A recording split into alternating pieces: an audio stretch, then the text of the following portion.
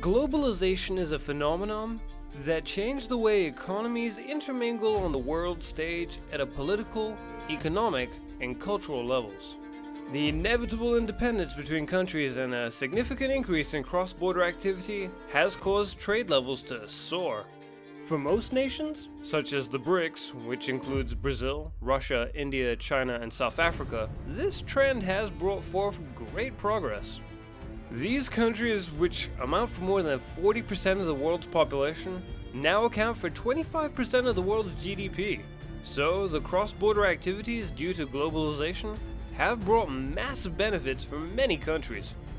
That's why Brazil was able to host the Football World Cup in 2014 and secured the country's position as an important global player. But the scenario is entirely different for many countries, as they haven't benefited as much from the fruits of globalization. These are the less economically developed countries, as their GDP growth rate is a lot lower than many others. But have you ever wondered why this is happening?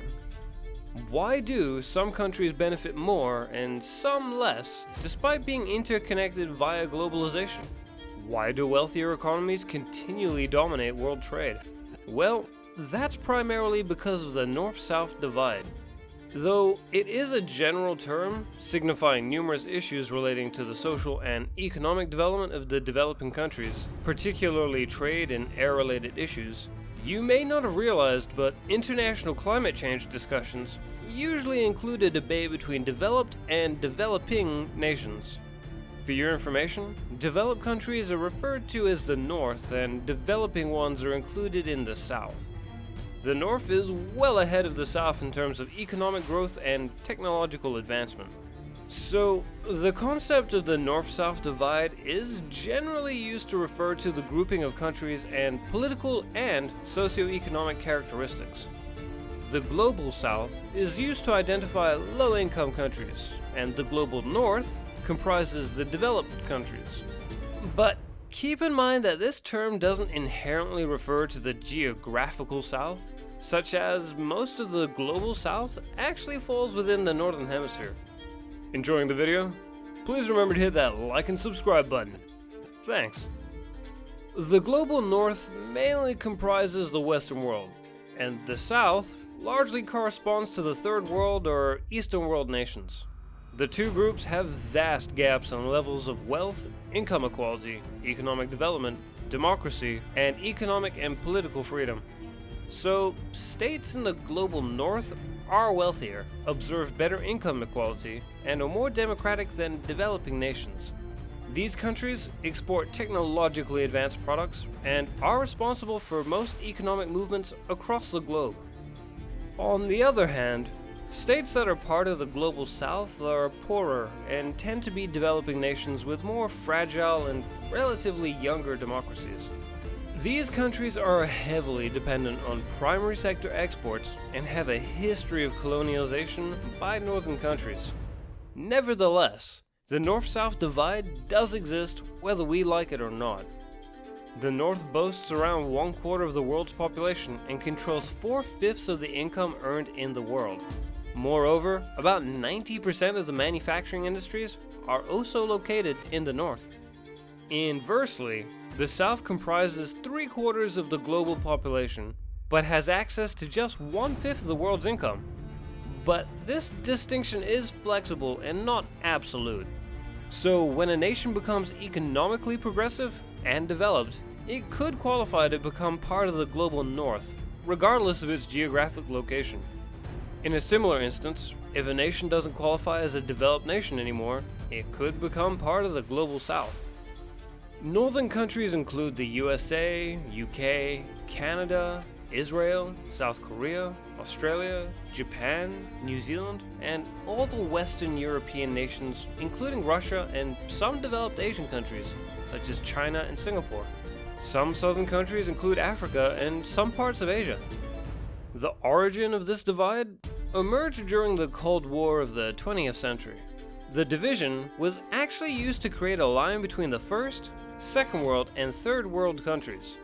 The Brandt Line, proposed by German Chancellor Willy Brandt in 1980, is responsible for the North-South Divide as it propagated the idea of the developed and the developing nations.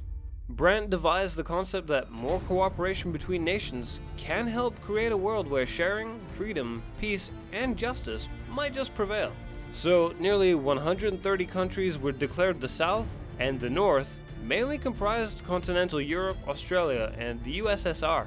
Many complex issues are governing the North-South Divide, such as the southern states are underdeveloped and have fewer resources, which are further aggravated by poor climate conditions and hygiene scenarios. So, such countries often face economically burdensome issues like a disease outbreak, which can massively impact their future development.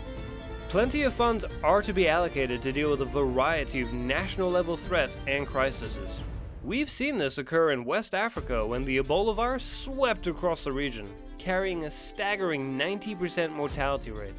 Naturally, the government was compelled to do all it can to deal with the outbreak, postponing all existing developmental projects. So, it's not hard to see why. Providing medical care access and protection to such a vast population is quite difficult for developing countries. Such nations need to turn to global lenders like the International Monetary Fund and the World Bank to run the country. And that is why they can't qualify for the Global North. According to the World Bank, the Ebola crisis cost Guinea, Liberia, and Sierra Leone a total of $815 million during late 2015. These funds were rather crucial as they could have been used to help them accelerate their development plans. So, something as unpredictable as a disease outbreak can halt or at least limit a country's development. Another reason is that the southern countries have warmer climates, so engaging in heavy work seems counterintuitive to them. They tend to lag behind their western counterparts when it comes to working tirelessly to achieve success and prosperity. Singapore is an exception though, as it has proved that people can stay productive and become wealthy even in a tropical climate. But let's not forget that every building in Singapore today is centrally air-conditioned, so they did find a way to beat the heat, but that's just a thought. Western nations could enjoy monumental progress and success to become part of the global north because they got industrialized pretty early. In fact, industrialization started in England and then spread to Germany and other parts of Northern Europe. So this region enjoys the highest standard of living even today. This honestly is mere luck, as there are other factors at play, such as higher literacy rates in Protestant nations where Bibles got printed in local languages instead of Latin. Written literacy, whether you believe it or not, permitted the sheer spread of industrialization. So, even to this day, about 1 billion people live in abject poverty and lack access to basic necessities like nutrition, clean water, and healthcare. Most of these nations are concentrated in Africa. About 20 years ago, this concentration was just as strong in South Asia, but the situation is rapidly changing, and this region is on the verge of becoming part of the global north. Still, the average per person income in South Asia is just between $2,600 and $2,000 in Africa. So the difference isn't as vast. But South Asian countries are recording unimaginably fast economic growth over the years.